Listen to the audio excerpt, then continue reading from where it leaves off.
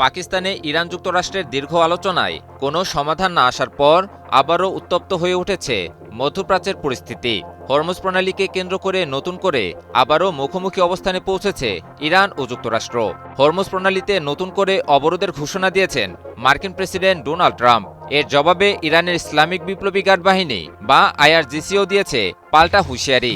ফলে ইরান যুক্তরাষ্ট্র সংঘাত আবারও পূর্ণমাত্রা যুদ্ধের রূপ নেওয়ার শঙ্কা প্রকাশ করেছেন বিশেষজ্ঞরা।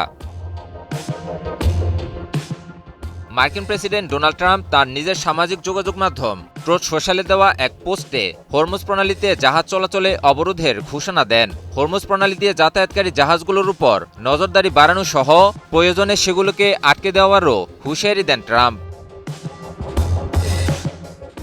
যেসব জাহাজ ইরানকে টোল প্রদান করবে তাদের বিরুদ্ধে কঠোর ব্যবস্থা নেওয়া হবে।